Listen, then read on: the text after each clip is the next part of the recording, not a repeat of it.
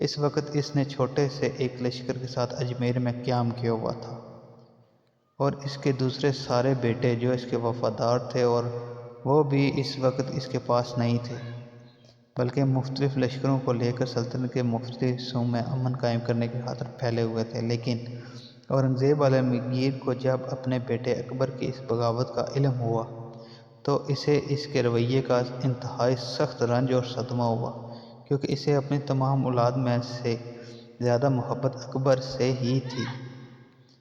دوسری طرف اورنگزیب عالمگیر کے وفادار سالار اس کے دوسرے بیٹے بھی حالات سے واقف ہو گئے، لہذا سب سے پہلے اورنگزیب کا بیٹا معظم ایک اچھا خاصا لشکر لے کر برق رفتاری کے ساتھ سفر کرتا ہوا اجمیر میں اپنے باپ کے پاس پہنچ گیا۔ دوسرے سالار بھی تیزی سے اورنگزیب کے پاس جمع ہونا شروع ہو گئے۔ جو لشکر اکبر درگاہ داس اور جے سنگھ لے کر آ رہے تھے، اس کی تعداد اس لشکر سے کہیں زیادہ تھی جو اس وقت اجمیر میں اورنگزیب عالمگیر کے پاس تھا۔ لیکن اورنگزیب نے اپنی روایتی جرأت مندی اور دلیری کا مظاہرہ کیا۔ اپنے بیٹے معظم اور دوسرے سالاروں کو لے کر وہ اجمیر سے نکلا۔ اجمیر سے لگ بھگ 10 میل کے فاصلے پر اس نے باغیوں سے ٹکرانے کا عزم کر لیا تھا۔ اس موقع پر اورنگزیب عالمگیر نے اپنی روایتی دانشمندی سوجھ بوجھ سے کام لیتے ہوئے بغیر لڑے ہی باغیوں کو بھاگ جانے اور منتشر ہونے پر مجبور کر دیا۔ دراصل اورنگزیب کے بیٹے اکبر کو بغاوت پر اکسانے میں جہاں مہارانا راج اور درگا داس کا ہاتھ، وہاں سب سے بڑی اکساہٹ اور سب سے بڑی مدد اورنگزیب کے ایک سالار تیمور خان کی طرف سے تھی۔ تیمور خان جنگ کا وسیع تجربہ رکھتا تھا اور جو لشکر اس وقت اکبر کے پاس تھا اس کا سالار ایک لحاظ سے تیمور خان ہی تھا، اور یہ ساری جرأت اور جسارت اکبر نے تیمور خان ہی کے بلبوتے پر کی تھی۔ اب حالات یوں تھے کہ تیمور خان کا سسر جس کا نام عنایت خان تھا، وہ اورنگزیب کے لشکر میں تھا اور اورنگزیب کا انتہائی درجہ کا وفادار تھا۔ اورنگزیب عالمگیر نے سب سے پہلا یہ کام کیا کہ عنایت خان کی طرف سے اس نے تیمور خان کے نام ایک خط بھجوایا۔ اس خط میں تیمور خان کے سسر عنایت خان نے تیمور خان کو لکھتے ہوئے اصرار کیا کہ وہ صرف ایک بار اورنگزیب سے مل لے تو اس کی تمام غلطیاں معاف کر دی جائیں گی، بصورت دیگر اس کی بیویوں اور لڑکوں کو موت کے گھاٹ اتار دیا جائے گا۔ جب تیمور خان کو اپنے سسر کی طرف سے خط ملا تو وہ اکبر، درگا داس اور جے سنگھ کو بتائے بغیر رات کی تاریکی میں تنہا اپنے خیمے سے نکل کر اورنگزیب عالمگیر کے خیمہ گاہ میں داخل ہوا۔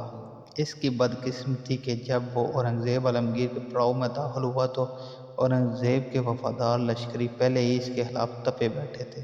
ان کو یہ خبر نہیں تھی کہ اسے اس کے خسر عنایت نے طلب کیا ہے، لہذا جو ہی تیمور خان پڑاؤ میں داخل ہوا کچھ لشکریوں نے اسے موت کے گھاٹ اتار دیا۔